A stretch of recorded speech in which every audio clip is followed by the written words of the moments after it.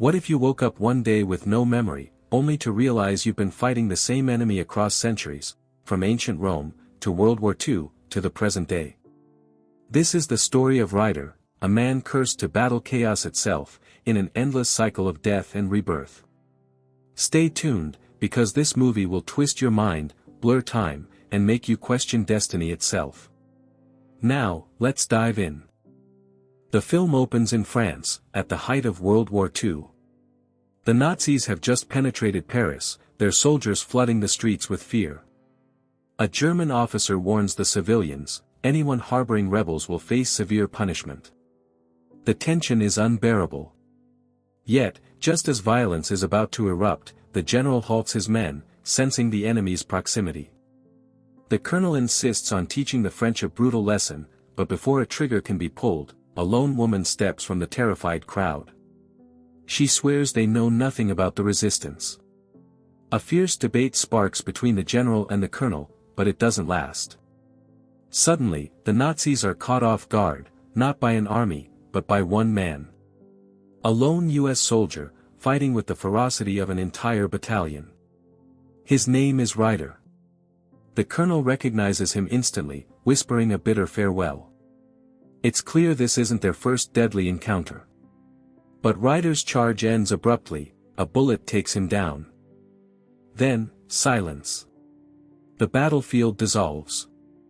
It was all a dream, or was it? Ryder awakens in a strange place he does not recognize. Exploring the area, he stumbles upon a bag, inside, a wallet with no documents, a pistol engraved with strange markings, and the keys to a motorcycle. Confused, he seeks answers from a motel receptionist, who casually informs him he's registered under the name Ryder, the very name the colonel had used in his dream. Soon after, he discovers a sleek motorcycle waiting for him. It's his. A machine tied to a past he cannot recall. Meanwhile, across the city, we meet Mr. Sanborn, an aging magnate with grand ambitions, always accompanied by his assistant Jack. But in Ryder's fractured dreams, Sanborn appears as the Nazi general, and Jack as the soldier interrogating civilians. Even stranger, a new figure enters the picture, Colonel Sauch, now posing as a renowned architect. He pitches himself as a visionary, promising to reshape the city with Sanborn's grand project.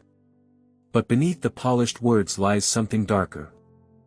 Back with Ryder, a sudden memory flashes before his eyes, a little girl being kidnapped by a gang.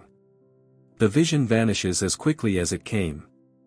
Shaken, he enters a restaurant for breakfast, where he meets a waitress he instantly recognizes, the French woman from his dream.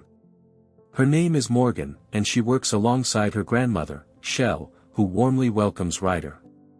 But their peace doesn't last. Jack and his men soon arrive, demanding rent on behalf of Sanborn.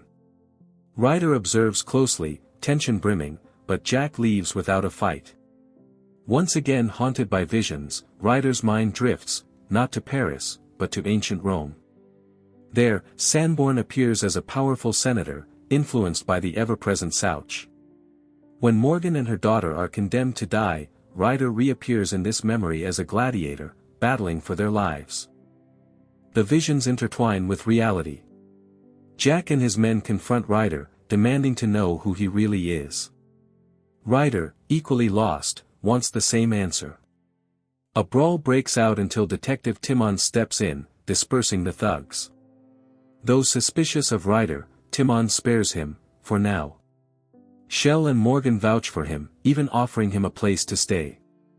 As Ryder begins piecing together fragments of his identity, the Sanborn group looms larger.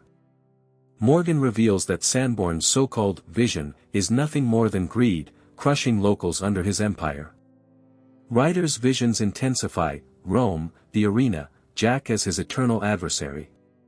The pattern is clear, this is not the first time Ryder has fought these men. But the past won't let go. His memories shift again, this time to 15th century England. Sanborn is now a feudal lord, Sauch his poisonous advisor, and Morgan the peasant he extorts. Even here, Ryder appears to defend her. Across every era, the story repeats, Sanborn, Jack, Sauch, always there, always against him. Back in the present, Ryder starts seeing Souch for who he really is, not just a man, but something far older, darker, an embodiment of chaos itself. Souch taunts him, warning that they've been playing the same game for lifetimes, and the cycle will never end. Meanwhile, Sanborn begins doubting his own path. He receives a mysterious letter echoing words spoken in Ryder's visions: "It's never too late to do what is right." For a moment, redemption seems possible. But Souch's grip is relentless.